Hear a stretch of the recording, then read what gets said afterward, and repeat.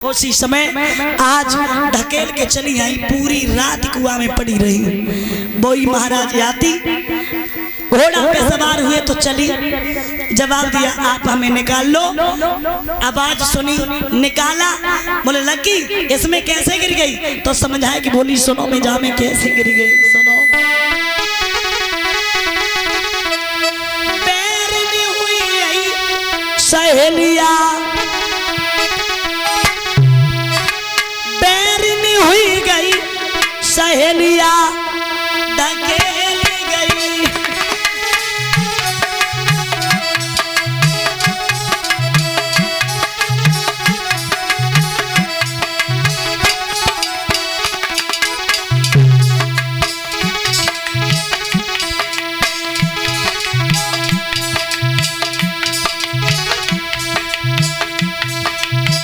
विप्र शुक्र की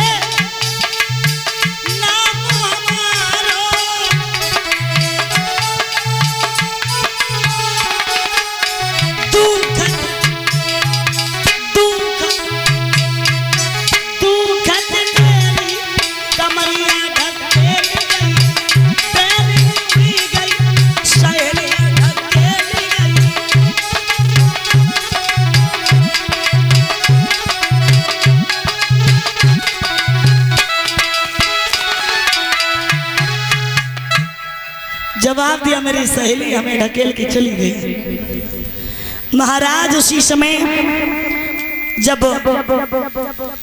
कहा है कि तो बोले ऐसी लड़की के साथ आना से कभी मत आना, ठीक है जाओ घर। देवयानी बोली अब तुम ही हमाओ घरो और तुम ही हमाओ बरो, अब हम कहाँ जाए? मतलब बोले सोई कुंदी खोले। ये तो गलत बात हमने निकाल दिया, तो इसका मतलब ये नहीं हो गया क्या मतलब हम ही तुम्हारे बर बन जाए? नहीं, बिल्कुल नहीं। अरे पागल, ये कहना तुझे तो शोभा भी नहीं दिया, क्योंकि कहा मैं एक यदुवंशी और तू कहा एक पंडित लड़की, कैसे ले जाऊंगा? बोले नहीं आप हमें ले चलो, कुछ भी करो। और अगर पंडित की बात आप कह रहे हैं, ब्राह्मण की बात आप कह रहे हैं, तो मेरा विवाह ब्राह्मण के साथ नहीं होगा, मेरा विवाह किसी यादव के ही साथ में होगा। अरे क्या कोई भविष्यवाणी हो रही? नहीं, ऐसा नहीं है। बोले मेरे पिता का शिष्य था जिसका नाम था कच्छ, वो मेरे पिता से जीवनी विद्या सीखता था। मैं उस पे आशिक हो गई, मैंने उससे कहा तुम हमसे शादी करो। उसने हमें जवाब दिया कि गुरु की बेटी बहन के समान होती है, पाप लग जाएगा हमें। तो मैंने कहा कि अगर तुम हमसे शादी नहीं करोगे तो मैं तुम्हें श्राप दे दूंगा, मेरे पिता से जितनी विद्या सीखी वो सब छीन हो जाए। उन्होंने कहा अगर तू मेरी विद्या छीन करेगी तो जा, मेरा भी श्राप है, तुझे भी कोई ब्राह्मण लेके नहीं जाएगा बल्कि कोई यादव ही लेके जाएगा, इसलिए आप हमें ले चलो। नहीं, घोड़े आगे बढ़ाया तो आंखों में आंसू भर के बोली जा रहे हो, जा रहे हो, लेकिन आपको पता है कि मैं कैसे रहूंगी? और क्या जवाब दिया सुनो।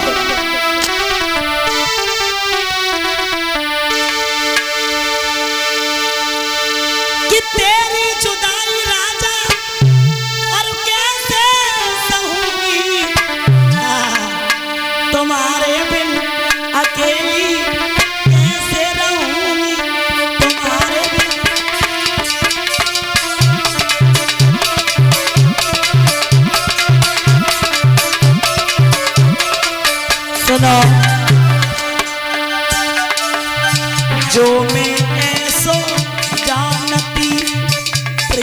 करे दुख जो मैं ऐसा जानती प्रीत करे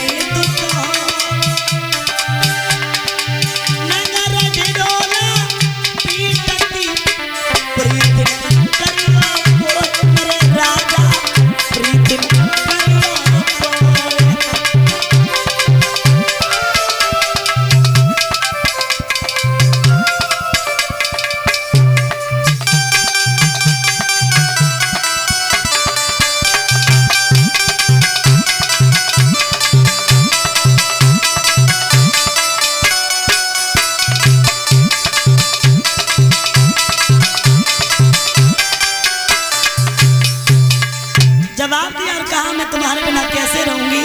और बोली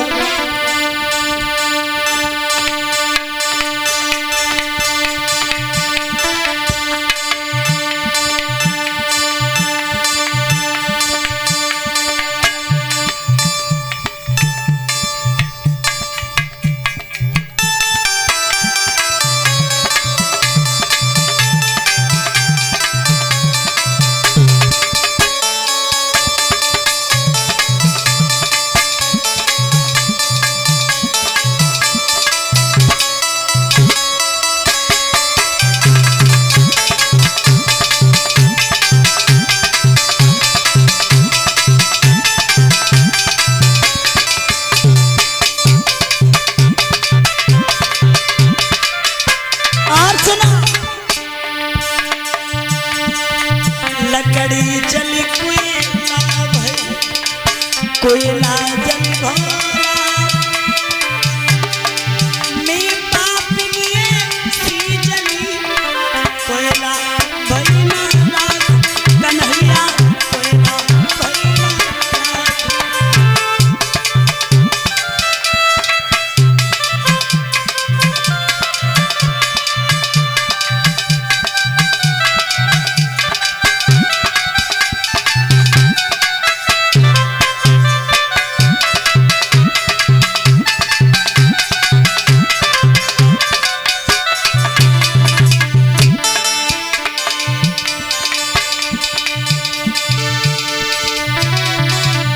बाएं छोड़ाए जाता हो निवल जानकी बाएं छोड़ाए जाता हो निवल जानकी इरादे से कर जावे सबन जानी कोई राजा सबन जानी कोई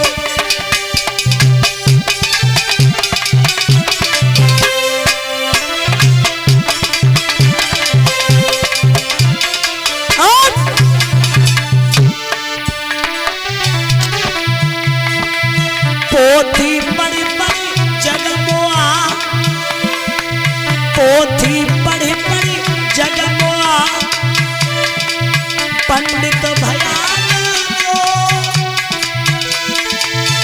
आरे डालिया अक्षर प्रेम के पढ़े सो पंडित हो मेरे राजा पढ़े सो पंडित हो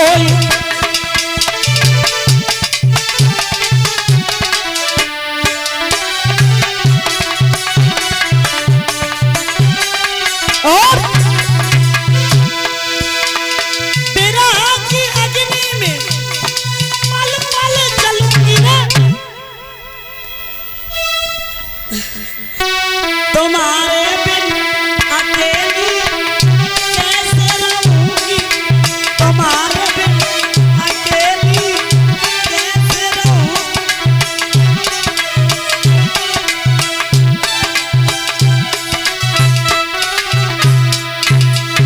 बोलिए गोविंद भगवान की। याद रखना महाराज उसी समय घर पे चली आई और जब घर पे चली आई है शुक्राचार्य ने जवाब दिया लड़की पूरी रात कहाँ रही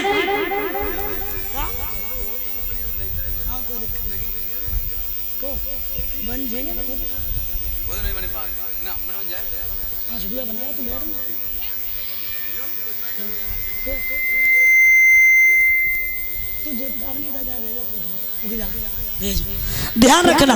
महाराज उसी समय जब पूछा तो कहा पिताजी आपका जो शिष्य है ना, इसकी बेटी देवयानी हमें शर्मिष्ठा हमें कुआं में ढकेल के चली आई और हमें बुरा भला का आपको भिखमंगा बताया। जवाब दिया ऐसे शिष्य के राज में रहना ही गलत है, भागना चाहिए। उसी समय चले तो जैसे ही पता चला है महाराज विश्वकर्मा को, तो हाथ जोड़ के बोला और कहा गुरुदेव, जो गुरु अपने शिष्य को नाराज होकर त्याग दे वो शिष्य समझ जाए कि मेरी नरक की टिकट कट गई, इसलिए आप मत जाइए, जो सजा हो वो मंजूर करो।